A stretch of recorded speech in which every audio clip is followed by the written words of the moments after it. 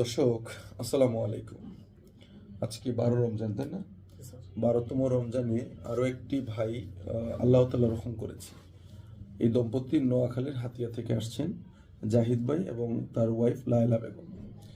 দীর্ঘ সময় ধরে একটি সন্তানের জন্য চেষ্টা করে যাচ্ছে এবং তাদের যে সমস্যা ছিল, নর্মালি সব জায়গায় তারা শুনতো যে AMH বাড়ে না। তার ওয়াইফের AMH কম ছিল, লো AMH ছিল, 0.62 ছিল। সেখান থেকে আমরা চিকিৎসা শুরু করি বেসিক্যালি। এবং জাহিদ ভাইয়েরও সমস্যা ছিল, শুক্রাণুর গতিবিধির সমস্যা ছিল, অ্যাস্টেনোজোস্পার্মিয়া ছিল। এই জায়গা থেকে আমার এখানে যখন আসেন খুব হতাশ ছিলেন। ভাই বাহরাইন প্রবাসী, দেশের বাইরে থাকেন। কয় মাসের ছুটিতে আসছিলেন? 6 মাসের ছুটিতে আসছিলেন। পরবর্তীতে আমি বলছি আরও একটা মাস বাড়ানোর জন্য। বেসিক্যালি ওনারা যখন আসেন খুব হতাশ হয়ে আসেন এবং ওনার ওয়াইফ খুব টেনশন করতেন এই AMH নিয়ে। আমি ওনাদেরকে বললাম, ওনার আত্মীয় স্বজন ওনারা অনেকে আসছিলেন, তাদেরকে একটা কথাই বললাম, ওনার ওয়াইফকে যেন কোনো টেনশন না দেন। কারণ আমাদের সবাই আমরা জানি, নর্মালি আমাদের জানানো হয়েছে যে AMH বাড়ে না। আসলে কাদের ক্ষেত্রে বাড়ে না আমরা অনেক সময় এটা জানি না। AMH বাড়ে না এই কথাটা ওনার ক্ষেত্রেও উনি হয়তোবা বিশ্বাস করেছিলেন, কারণ ওনার বয়স 24 বছর। 24 বছর বয়সে কারো 0.62 AMH, 23 বছর বয়স, এই বয়সে কারো AMH 0.62, সেই জায়গা থেকে বাড়বে না এটা আমার চিকিৎসায় আমরা প্রমাণ করতে পেরেছি যে AMH বাড়ে।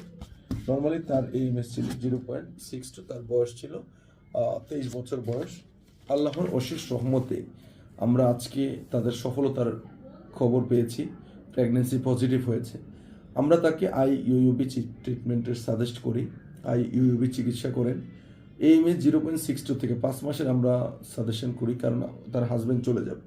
পরবর্তী 3 মাস পরে তার AMH বেড়ে 0.73 হয়, 0.73 IUUB, এবং তাকে কিছু রুটিন দেই।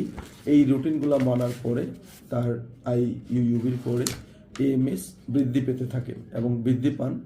তার কিছুদিন পরে আবারও ট্রিটমেন্ট, আমাদের 4 মাস কোর্স কমপ্লিট করার পরে আবার AMH করি 0.75।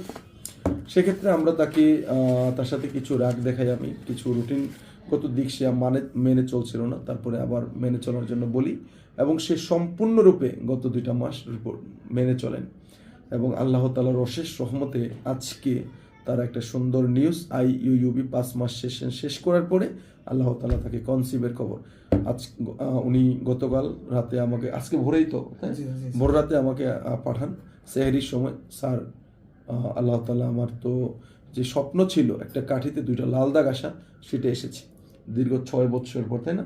6 বছর পর আল্লাহ তাআলা ওনাকে মাফ করেছেন এবং 2টা কাঠিতে লাল দাগ আসে। পরে ওনারা আসলেন আমার চেম্বারে। ওনার হাজব্যান্ডের যে রিপোর্টটা ছিল অ্যাস্টেনোজোস্পার্মিয়া, ওনাকেও 3.5 মাস রিপোর্ট করানোর পরে, 3.5 মাস ওষুধ খাওয়ার পরে আল্লাহ তাআলা ওনাকে মাফ করেন এবং ওনার রিপোর্টটাও একেবারেই নর্মোজোস্পার্মিয়া আসেন, একদম নর্মাল চলে আসে। ওনার রিপোর্টটাও নর্মাল আসেন এবং ওনার রিপোর্টটা ওষুধ নর্মাল ওষুধে চলতে না, কোনো ধরনের কোনো IUUB প্রয়োজন হয় না অ্যাস্টেনোজোস্পার্মিয়ার ক্ষেত্রে। কারণ অ্যাস্টেনোজোস্পার্মিয়ার ক্ষেত্রে ওনার গতিবিধি ছিল ফাস্ট প্রোগ্রেসিভ 0% এবং স্লো প্রোগ্রেসিভ 16%। আমরা এই ক্ষেত্রে IUUB করি না, কারণ এটা আমাদের কাছে খুবই অল্প সমস্যা আমরা ধরি। এই ধরনের সমস্যার ক্ষেত্রে সিম্পল কিছু মেডিসিনের মাধ্যমে ওনার রিপোর্টটা নর্মাল হয়। এবং কিছু লাইফস্টাইলের কথা আপনাকে বলি, তাই না? আপনার লাইফস্টাইলের কথা বলি। আমি আজকে ওনার ফেস দেখেই বুঝতে পারছেন খুব আনন্দিত এবং খুবই খুশি।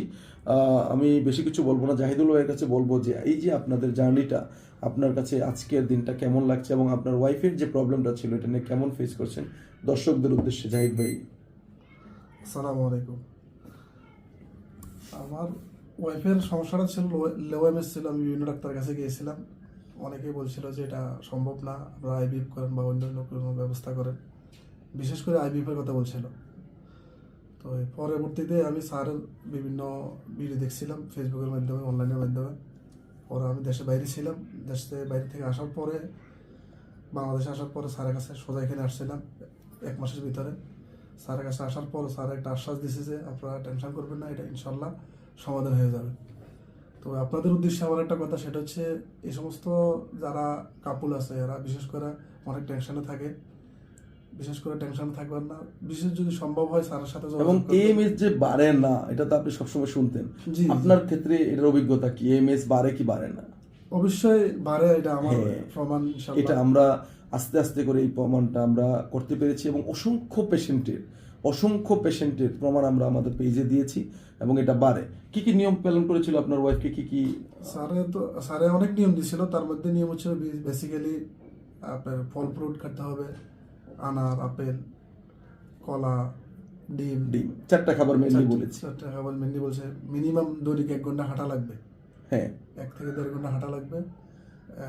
কন্ট্রোল রাখা লাগবে, ওজনটা একটু। ওজন কন্ট্রোলে রাখতে হবে, ওজন বাড়ানো যাবে না, ভাজা পোড়া খাবার খাইতে না করছিলাম। জি জি স্যার। হ্যাঁ, এগুলো করার পরে আল্লাহ তাআলা আপনাদের কনসিভ করেছেন। জি ধন্যবাদ জাহিদ ভাই, কনগ্রেচুলেশন আপনাকে।